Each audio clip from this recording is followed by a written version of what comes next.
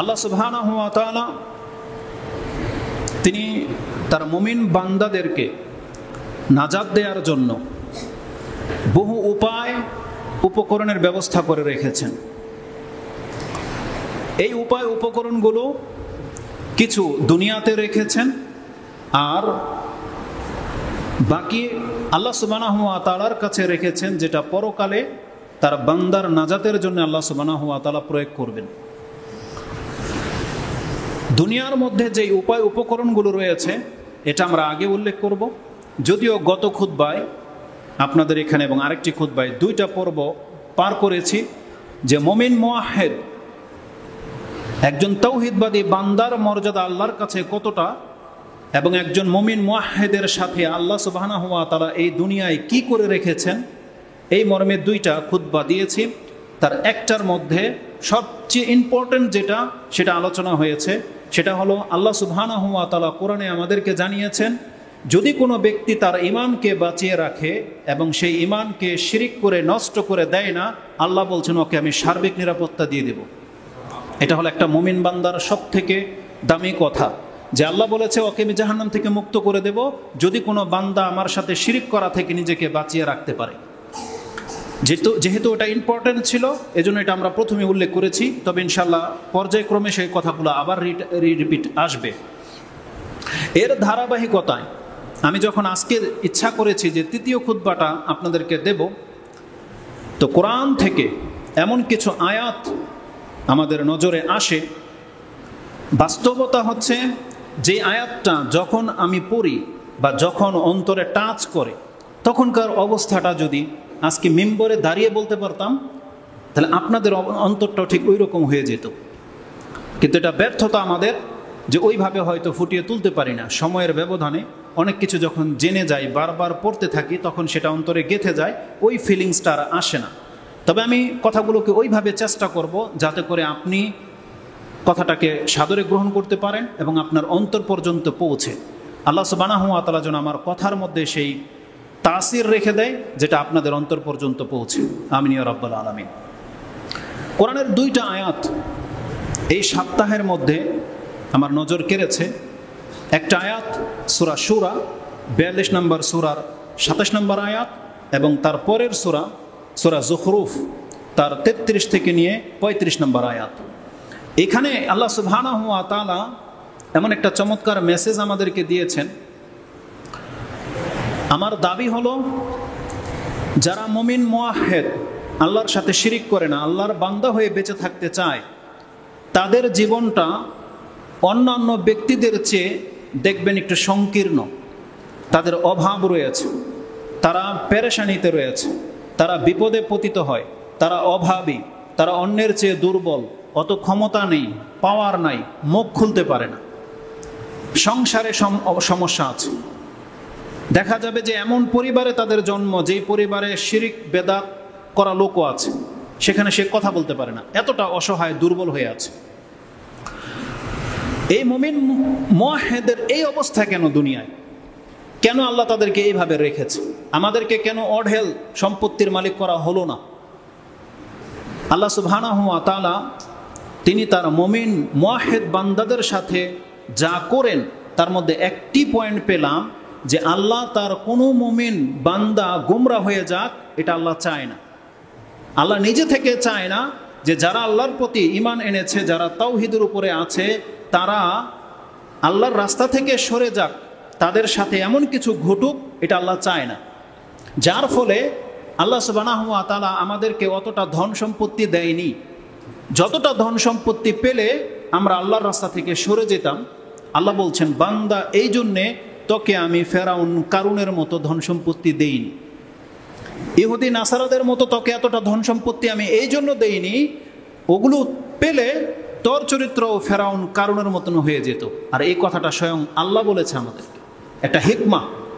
আজকে কেন আপনি অভাবী, এর হিকমত আল্লাহ আমাদেরকে জানিয়েছে কোরআনে, যে এর একটা হিকমত হলো আল্লাহ সুবহানাহু ওয়া তাআলা চায় না তোমাকে এতটা ধন সম্পত্তির মালিক করতে, এতটা সুঠাম, এতটা হ্যান্ডসাম বা এতটা সুস্থ রাখতে, যেটা তুমি পেয়ে গেলে তুমি আমার বান্দা থাকবে না, তুমি স্বৈরাচার হয়ে যাবে, বাগাবাত করবে তুমি। এজন্য আল্লাহ চায় না। এই জিনিসটা এত চমৎকার লেগেছে আমার কাছে, শুধু আজকের খুতবা এটাকে আপনার কাছে পেশ করব, যতটা সময় লেগে যায়, হতে পারে আধা ঘন্টা 1.5 ঘন্টা লেগে যাবে ইনশাল্লাহ। তো আমার দাবি হলো, আল্লাহ সুবহানাহু ওয়া তাআলা তিনি চান না কোনো বান্দাকে গুমরাহ করে দিতে, তাই যেই বান্দার যতটা অর্থ ওকে ইমানের উপরে টিকিয়ে রাখবে আল্লাহ ওকে অতটাই দেয়, এর বেশি দেয় না। এই জন্য যারা যেই অবস্থায় আছেন আপনি জেনে নেন এটা একটা হিকমত, যে আল্লাহ সুবহানাহু ওয়া তাআলা যখন আপনার পুরো জীবনই জানে, আল্লাহ জানে যে আপনাকে এই রেঞ্জের চেয়ে উপরে উঠিয়ে দিলে আপনি আল্লাহকে ডাকবেন না, আল্লাহ থেকে মুখ ফিরিয়ে নেবেন, দুনিয়া নিয়ে মত্ত হয়ে যাবেন, এই জন্য আল্লাহ আপনাকে দেয় না। এটা হচ্ছে একটা হিকমা। এই লক্ষ্যে বলেছে আমি কথা বলবো। তা আল্লাহ সুবহানাহু ওয়া তাআলা তিনি তো কোনো বান্দার গুমরাহি চায় না, প্রত্যেক বান্দার অবস্থা অনুযায়ী আল্লাহ তার রিজিককে নির্ধারণ করে দিয়েছেন। এটাকে আমরা কি বলি? তাকদীর, যে আমাদের প্রত্যেকের তাকদীর নির্ধারিত। কেন আমাদের তাকদীর নির্ধারিত, আর সেই তাকদীরকে আমাদের এতটার মধ্যে কেন সীমাবদ্ধ করে রাখা হয়েছে? মানে আল্লাহর একটু বাড়িয়ে দিত, নির্ধারণ বুঝলাম, আর একটু কোটিপতি করে দিত, আমাদেরকে লাখপতি করতো, তারপরে নির্ধারণ করতো। ওটার জবাবটা আজকের বক্তব্যের মধ্যে আপনি পেয়ে যাবেন। তা আল্লাহ সুবহানাহু ওয়া তাআলা প্রথম কথা হচ্ছে রিজিক নির্ধারিত। আর এটা আমরা প্রত্যেকে জানি যে আল্লাহ সুবহানাহু ওয়া তাআলা এই জমিনে কিছু বান্দাকে অঢেল দিয়ে রেখেছে, আর কিছু বান্দাকে ঘাটতি করেছে, কম দিয়েছে। এটা আমরা সবাই জানি। যদি এই মর্মে যেহেতু কোরআনের আয়াত আছে, এজন্য আমি আমার নিজের ব্যাখ্যা না বলে সরাসরি কোরআন থেকে আয়াতটা আপনার কাছে কোট করে দিই। আল্লাহ সুবহানাহু ওয়া তাআলা একাধিক আয়াতে কথা বলেছে, তার মধ্যে একটা স্পষ্ট আয়াত যেটা আপনি সূরা বনী ইসরাইল 17 নম্বর সূরা ইসরা নামে পরিচিত, তার 30 নম্বরে পেয়ে যাবেন। আল্লাহ বলছেন, ইন্না রাব্বাকা ইয়াবসুতুর রিজকা লিমান ইয়াশা ওয়া ইয়াকদির। হে নবী, নিশ্চয়ই আপনার প্রভু, আপনার প্রতিপালক, ইন্না রাব্বাকা ইয়াবসুতুর রিজকা লিমান ইয়াশা ওয়া ইয়াকদির, আল্লাহ যার জন্য চায় তার রিজিককে প্রশস্ত করে দেন, এবং যার জন্য চায় আল্লাহ সংকীর্ণ করে রাখেন। এর হিকমত কি, কারণ কি? ইন্নাহু, তারপরে বলা হয়েছে ইন্নাহু কানা বিইবাদিহি খাবীরাম বাসীরা, এবং তিনি তার প্রত্যেক বান্দা সম্পর্কে খবর রাখেন, তিনি জানেন এবং দ্রষ্টা, তিনি সব কিছু দেখেন। তার মানে এই বান্দার জন্ম থেকে নিয়ে মৃত্যু এবং অন্তিমকাল পর্যন্ত কি হবে আল্লাহ বলছেন আমি সব জানি, যার ফলে যাকে যতটা দেয়ার আমি ততটা দিয়েছি। এটা আল্লাহ সুবহানাহু ওয়া তাআলা আমাদেরকে এই আয়াতের মধ্যে উল্লেখ করে দিয়েছেন। এটাকে তাকদীর বলা হয়, যে প্রত্যেক তাকদীরের পেছনে কয়েকটি কারণ আছে।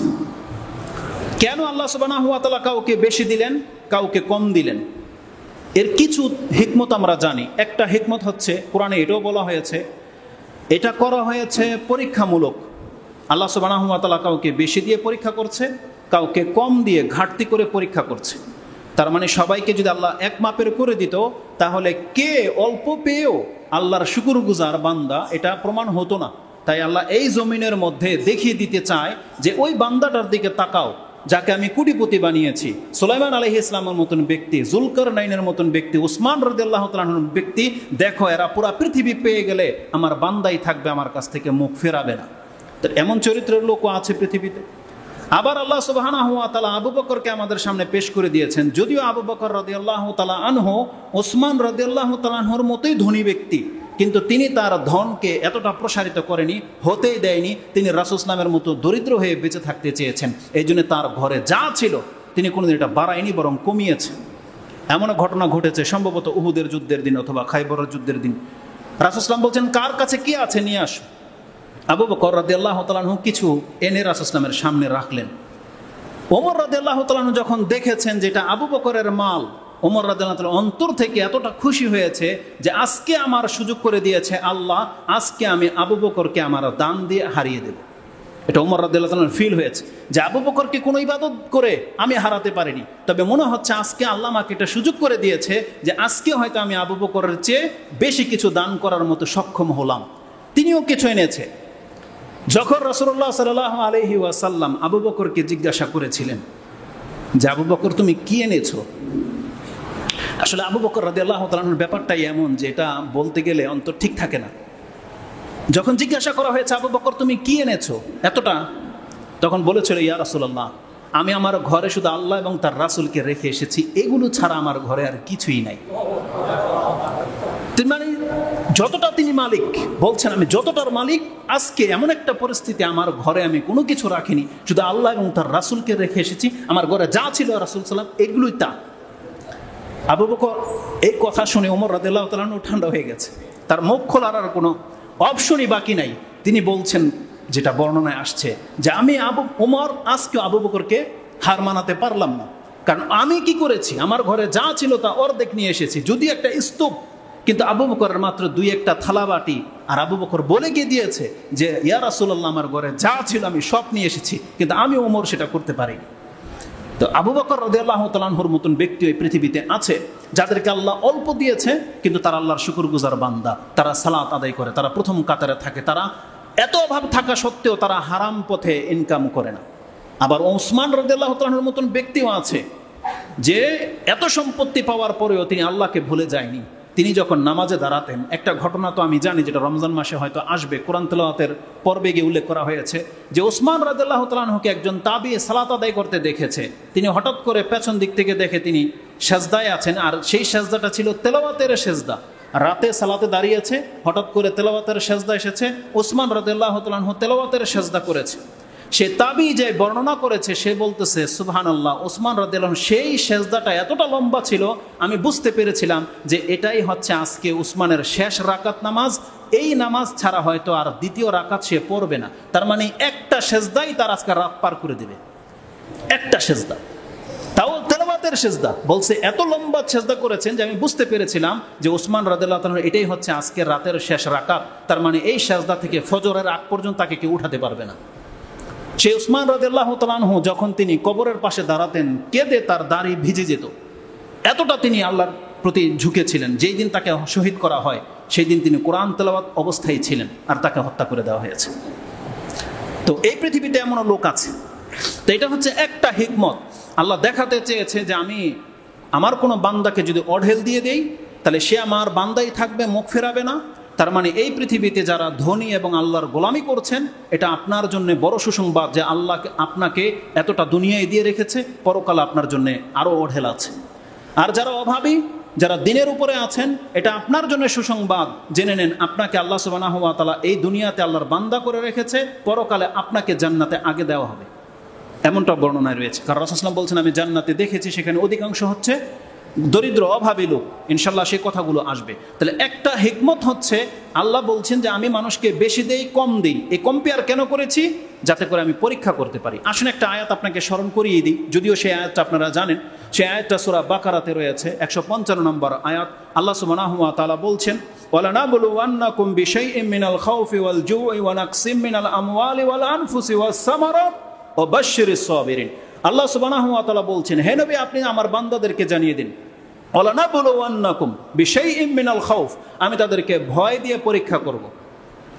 ওয়া নাকসিম মিনাল খাউফি ওয়াল জু, তাদেরকে খিদা দিয়ে পরীক্ষা করব। ওয়া নাকসিম মিন আমওয়াল, এবং তাদের ধন সম্পত্তিকে ঘাটতি করে দিয়ে আমি পরীক্ষা করব। ওয়া নাকসিম মিনাল আমওয়ালি ওয়াল আনফুস, এবং তাদের জানের ক্ষতি করে দিয়ে আমি পরীক্ষা করব।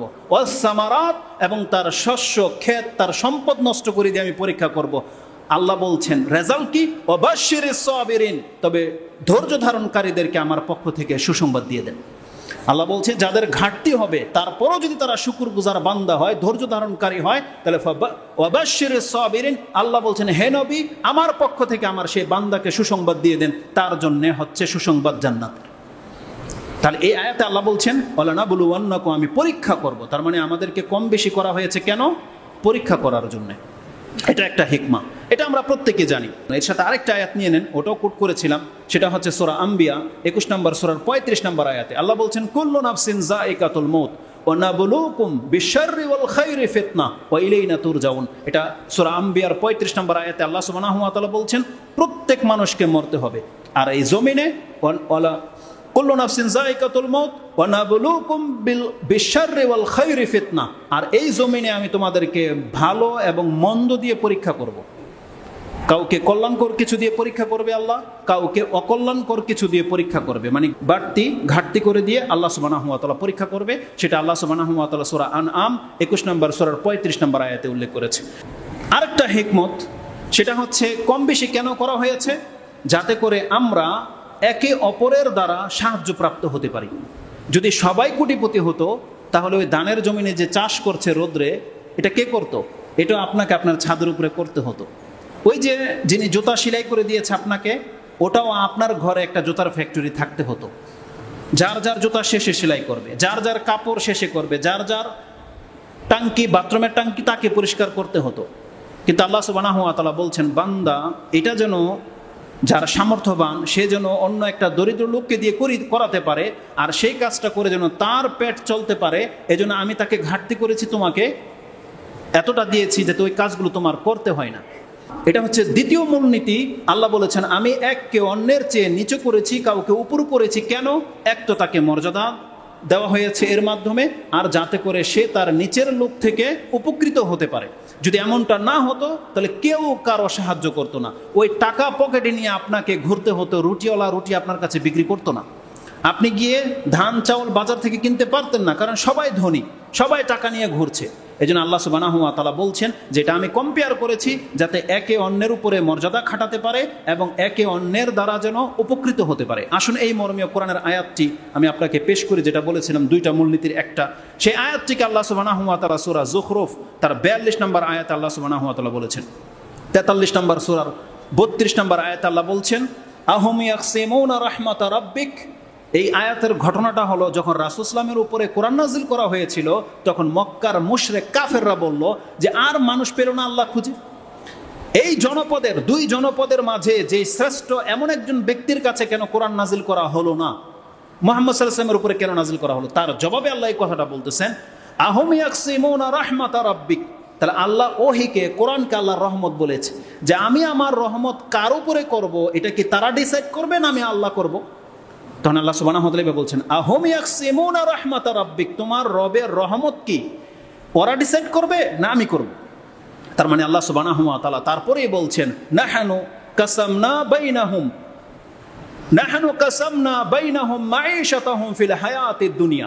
বরং আমি আল্লাহ, আমি তাদের জন্য এই জমিনের মধ্যে রিজিককে বন্টন করে দিয়েছি, যে এই জমিনে তারা এই রিজিক নিয়ে পদার্পণ করবে, পথ চলবে। ওয়ারাফানা বা'দাহুম ফাওকা বা'দিন দারাজাতিন লিয়াত্তাখিযা বা'দুহুম বা'দান সুখরিয়া। এই টুকরাটা হচ্ছে আজকের আলোচনার বিষয়। আল্লাহ বলছেন, এবং এই রিজিককে বন্টন করার সময় আমি এককে অন্যের উপরে প্রাধান্য দিয়েছি। ওয়ারাফানা বা'দাহুম ফাওকা বা'দিন দারাজাত, এককে অন্যের উপরে মর্যাদাবান করেছি। কেন? লিয়াত্তাখিযা বা'দাহুম বা'দান সুখরিয়া, যাতে একে অন্যের দ্বারা উপকৃত হতে পারে, সাহায্য প্রাপ্ত হতে পারে। তার মানে আল্লাহ সুবহানাহু ওয়া তাআলা বলছেন, তাহলে রিজিককে ঘাটতি করার দ্বিতীয় হিকমত কি? যাতে করে একে অন্যের দ্বারা উপকৃত হতে পারে, একে অন্যের দ্বারা সাহায্য প্রাপ্ত হতে পারে। এটা হচ্ছে দ্বিতীয় মূলনীতি। আর আল্লাহ সুবহানাহু ওয়া তাআলা বলছেন, তবে এই মর্যাদা শুধু দুনিয়ার জন্য, এটা পরকালের মর্যাদাবান হওয়ার সবাব নয়, কারণ নয়। যেই ব্যক্তিরা দুনিয়াতে পয়সাওয়ালা হয়ে গেছেন, আপনি ভাববেন না আপনার কর্ম খারাপ হলে পরকালেও আপনি এতটাই মর্যাদা পাবেন। আল্লাহ বলছেন না, এটা হবে না। কেন? ওয়া রাহমাতু রাব্বিকা খায়রুম মিম্মা ইয়াজমাউন। আল্লাহ বলছেন, তবে তোমার রবের রহমত হচ্ছে এই সমস্ত সম্পত্তি থেকে ঊর্ধ্বে। তার মানে কাউকে হয়তো এই দুনিয়ার টাকা পয়সা নেয়ামত দেওয়া হয়নি, কিন্তু তাকে আল্লাহর রহমত দেওয়া হয়েছে। জানেন সে রহমতটা কি? সেটা হচ্ছে কোরআনের জ্ঞান।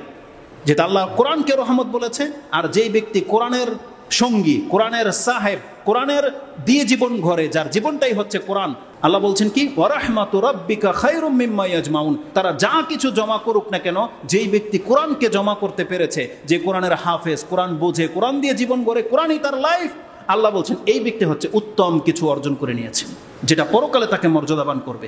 তাহলে এই দুইটা মূলনীতি আমরা কোরআন থেকে পেলাম, এই কথাগুলো আমরা জানি। কিন্তু আজকের আলোচনার বিষয় কি?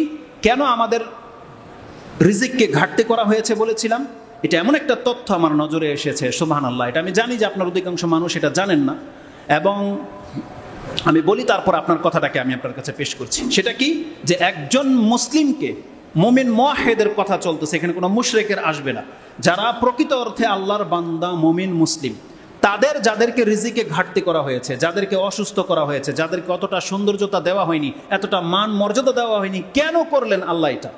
আল্লাহ সুবহানাহু ওয়া তাআলা বলছেন, বান্দা এটা করেছি শুধুমাত্র তোর ঈমানটাকে টিকিয়ে রাখার জন্য। আল্লাহ বলছেন, এর থেকে যদি তোকে বাড়তি কিছু দিয়ে দেওয়া হতো, তাহলে আজকে তুই মসজিদে সালাতের জন্য উপস্থিত কিন্তু ওইটা পেয়ে গেলে তোকে মসজিদে কেউ নিয়ে আসতে পারতো না। আজকে যদি আমাকে আল্লাহ সুবহানাহু ওয়া তাআলা ইউরোপিয়ানদের মতো হ্যান্ডসাম করে দিত, ব্রাইটনেস আরো বাড়িয়ে দিত, আমি হয়তো ইমাম হতাম না, হিরো হতাম। ব্যাপারটা এমন নয়। আজকে যারা ফিল্মের নায়ক তারা কি চেহারার বডির কারণে হয় না নায়ক?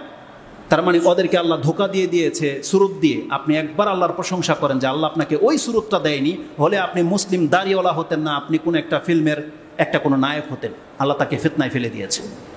আল্লাহ আপনাকে অতটা সম্পত্তির মালিক করেনি যতটা সম্পত্তির মালিক হলে আপনি ব্যবসা গুনতে গুনতে আজকের জুমা চলে যেত, কিন্তু আপনাকে আল্লাহ সুবহানাহু ওয়া তাআলা এতটা মালিক করেনি। তাহলে আপনি দেখা যায় তো আপনার মানে রাজত্ব দখল করার জন্য আপনি ফিল্ডে থাকতেন, মসজিদে আসতেন না। আপনাকে আল্লাহ সুবহানাহু ওয়া তাআলা কিছু ঘাটতি করে দিয়েছে যাতে করে আপনি আজকে মসজিদে উপস্থিত হতে পেরেছেন। তো এটা হচ্ছে আমার আজকের টপিক্সের মূল বিষয়, যে আল্লাহ সুবহানাহু ওয়া তাআলা আমাদের ঘাটতি কেন করে। আল্লাহ বলছেন বান্দা তোর ঈমান যেন টিকে থাকে, এই জন্য তোকে আমি এতটা দিয়ে রেখেছি। এর একটু অ্যাডভান্স হয়ে গেলে তোকে আমার আর বান্দা হিসেবে খুঁজে পাওয়া যেত না।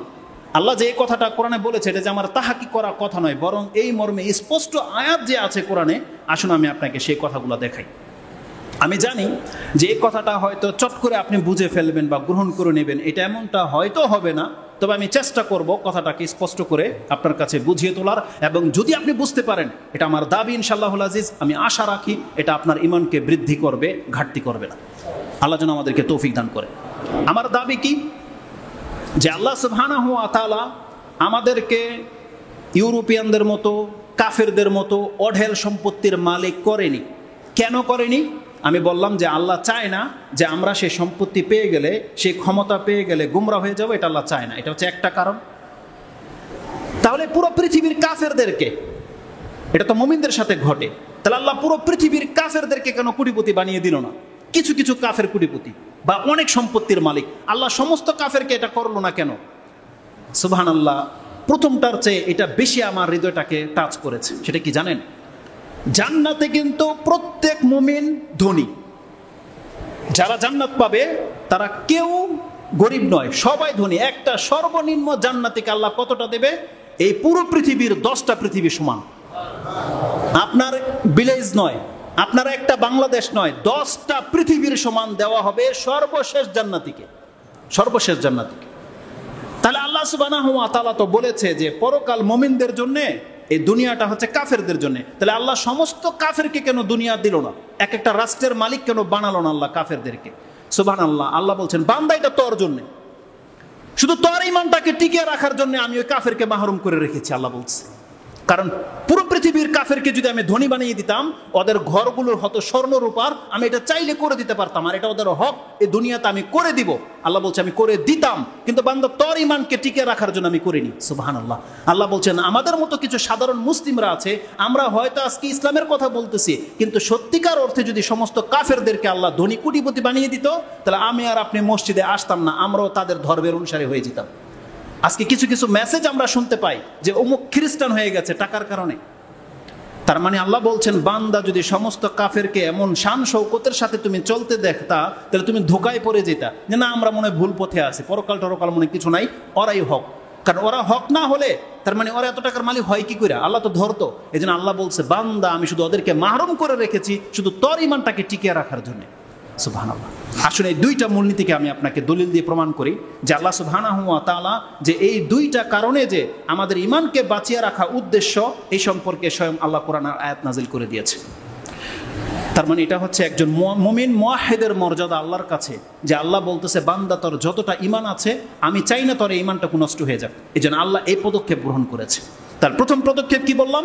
যে আল্লাহ আমাদেরকে এতটা প্রাচুর্য এই জন্য দেয় না, ওটা পেয়ে গেলে আমরা আল্লাহ থেকে মুখ ফিরিয়ে নিতাম, আমাদের দ্বারা পাপ হয়ে যেত, সীমালঙ্ঘন হয়ে যেত। এটা স্পষ্ট আয়াত দ্বারা প্রমাণিত। আল্লাহ সুবহানাহু ওয়া তাআলা সেই আয়াতটা সূরা শুরা 42 নম্বর সূরার 27 নম্বর আয়াতে আল্লাহ রেখে দিয়েছে। আল্লাহ সুবহানাহু ওয়া তাআলা বলছেন ওয়ালাউ বাসাতাল্লাহুর রিজকা লিইবাদিহি লাবাগাউ ফিল আরদ।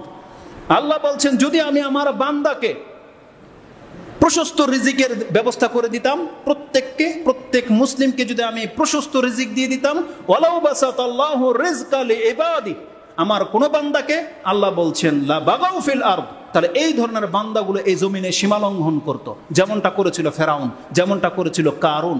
আল্লাহ সুবহানাহু ওয়া তাআলা বলছেন, কিন্তু আমি কি করেছি, ওয়ালাকি ইউনাজ্জিলু বিকাদারিম মা ইয়াশা, তবে আমি তার পরিমিত একটা রিজিক তাকে জমিনে দিয়ে রেখেছি। আল্লাহ বলছেন যাতে ও টিকে থাকতে পারে ইমানের উপরে, এই জন্য একটা সুপরিমিত রিজিক আপনাকে দেওয়া হয়েছে। আপনি দেখতে পাবেন যে আপনি আল্লাহকে ডাকেন কিন্তু আপনার বিপদের উপরে বিপদ। যে কোনো বিজনেসে আপনি দাঁড়ান, সাকসেস হতে পারছেন না, লস লেগে যায়। যাকেই বিশ্বাস করেন সে টাকা মেরে খায়। আপনি অসুস্থ হয়ে যাচ্ছেন, কিছু টাকা ইনকাম হলে আবার অসুস্থতায় গায়েব হয়ে যায়। সবাই আপনার সাথে ষড়যন্ত্র করে, কোথাও গিয়ে একটা সাকসেস হতে পাচ্ছেন না। আপনি জানেন আপনার লাইফের সাথে আল্লাহ এমনটা করেছে, আমার লাইফের সাথে এমনটা কেন করেনি? কারণ আপনার ইমানের মান আমার ইমানের মান এক নয়। যতটা ধৈর্য শক্তি আল্লাহ আপনাকে দিয়েছে ততটা আমাকে দেয়নি। যদি ওই বিপদগুলো আমার হতো তাহলে জেনে নেন আমি হয়তো হতাশ হয়ে যেতাম, ঋণে ডুবে যেতাম। কিন্তু দেখেন আপনি এখন পর্যন্ত জমিনে দাঁড়িয়ে আছেন, আপনি শুকরগুজার আল্লাহর বান্দা। একবার আলহামদুলিল্লাহ বলেন যে আল্লাহ আলহামদুলিল্লাহ যে আল্লাহ আমাকে টিকিয়ে রেখেছে। আর এটা আল্লাহর মূলনীতি।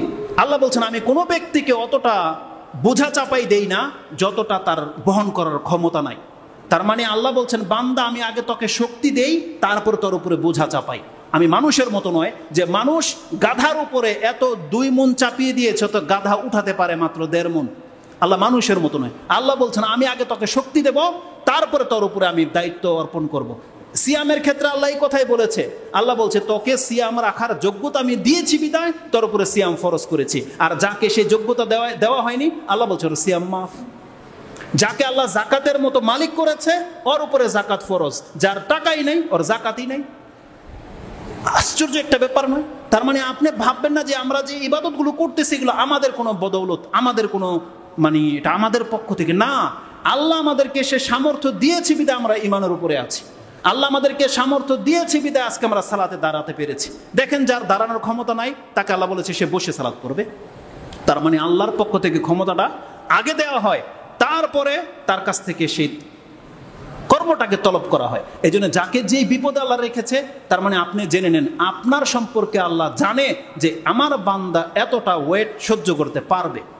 যেদিন দেখবে আল্লাহ আপনাকে যে আপনি হয়তো ধৈর্যহারা হয়ে যাবেন, আপনি আল্লাহর প্রতি আশা রাখেন, সেই দিন থেকে আপনাকে আল্লাহ সুবহানাহু ওয়া তাআলা এই বিপদ থেকে মুক্ত করে দিবে। কারণ আল্লাহ চায় না তার কোনো বান্দা গুমরা হয়ে যাক, এটা আল্লাহ চায় না।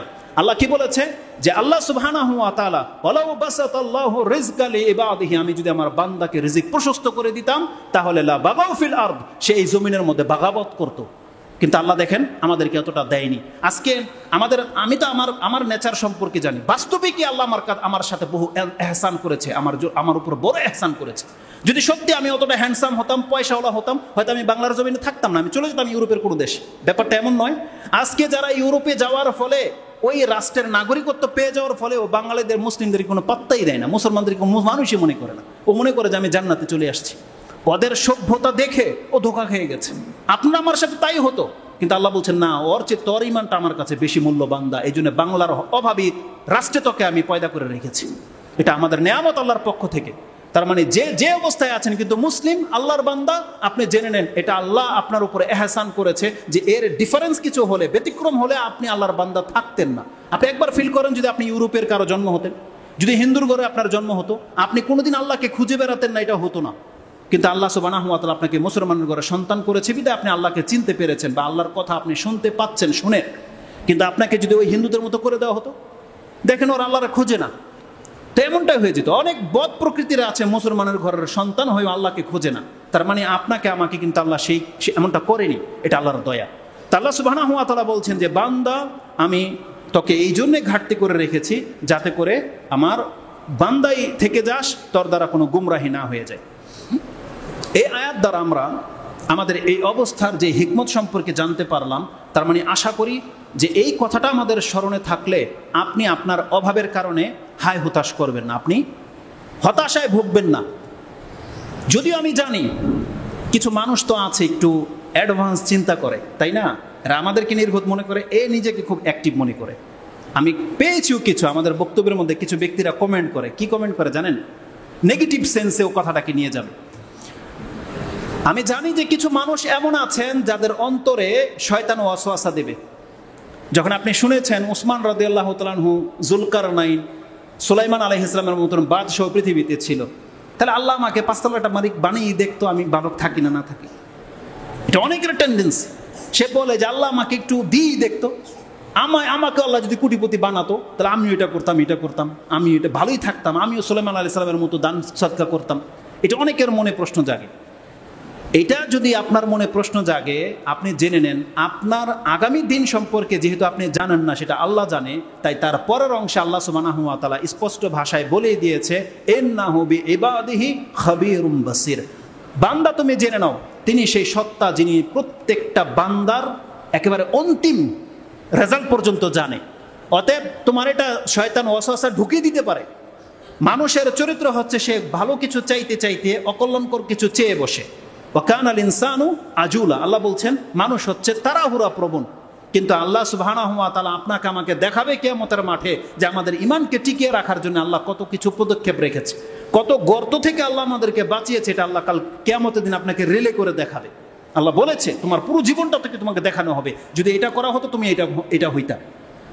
রাসূল সাল্লাল্লাহু কি বলেছে, প্রত্যেক জাহান্নামীকে জাহান্নামে ফেলার আগে জান্নাতটাকে দেখিয়ে দেওয়া হবে যে দেখো বান্দা, এটা তোর জায়গা ছিল, এই জান্নাতটা তোর জন্য বরাদ্দ ছিল, কিন্তু তোর কর্মের কারণে আজকে এটা হারিয়েছিস।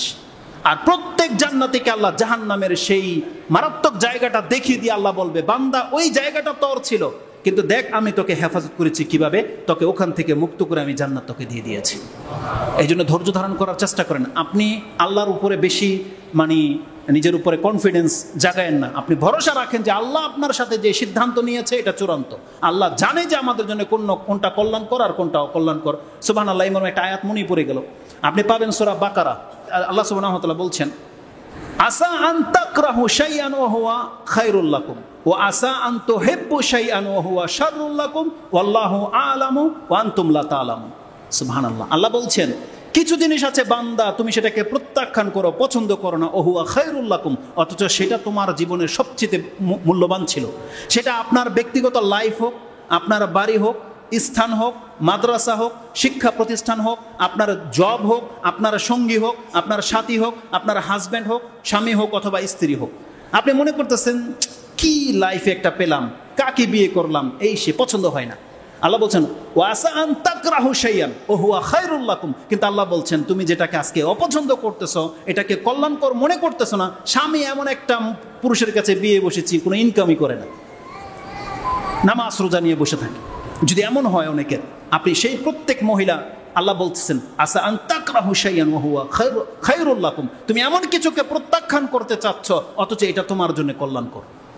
আর এর বিপরীত আল্লাহ বলছেন ওয়া আসা আন তুহিব্বু শাইআন ওয়া হুয়া শাররুল লাকুম, আর এমন কিছু মহিলাকে, এমন কিছু পুরুষকে তোমার ভালো লাগে, এমন ধন সম্পত্তি তোমার ভালো লাগে, এমন বাড়ি গাড়ি তোমার ভালো লাগে, এমন লাইফ তোমার ভালো লাগে, ওয়া হুয়া শাররুল লাকুম, আল্লাহ বলছে এটা তোমার জন্য অত্যন্ত মন্দ জীবন বান্দা।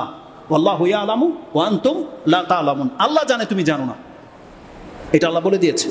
আল্লাহ সুবহানাহু ওয়া তাআলা বলছেন বান্দা তুমি তোমার উপরে কনফিডেন্স খাটায়ও না, বরং আল্লাহ যে চূড়ান্ত ফয়সালা সম্পর্কে তোমাকে সংবাদ দিচ্ছে তুমি এর প্রতি ঈমান রাখো। কেননা আল্লাহ সুবহানাহু ওয়া তাআলা সূরা মুলকের 12 অথবা 13 নম্বর আয়াতে আল্লাহ সুবহানাহু ওয়া তাআলা কি বলেছেন, আলা ইয়ালামু মান খালাকা ওয়া হুয়াল লাতীফুল খাবীর। আল্লাহ বলছেন বান্দা যেই সত্তা তোমাকে সৃষ্টি করেছে, যিনি সৃষ্টিকর্তা স্রষ্টা, তিনি কি করে জানবে না তোমার চরিত্র, তোমার নেচার সম্পর্কে?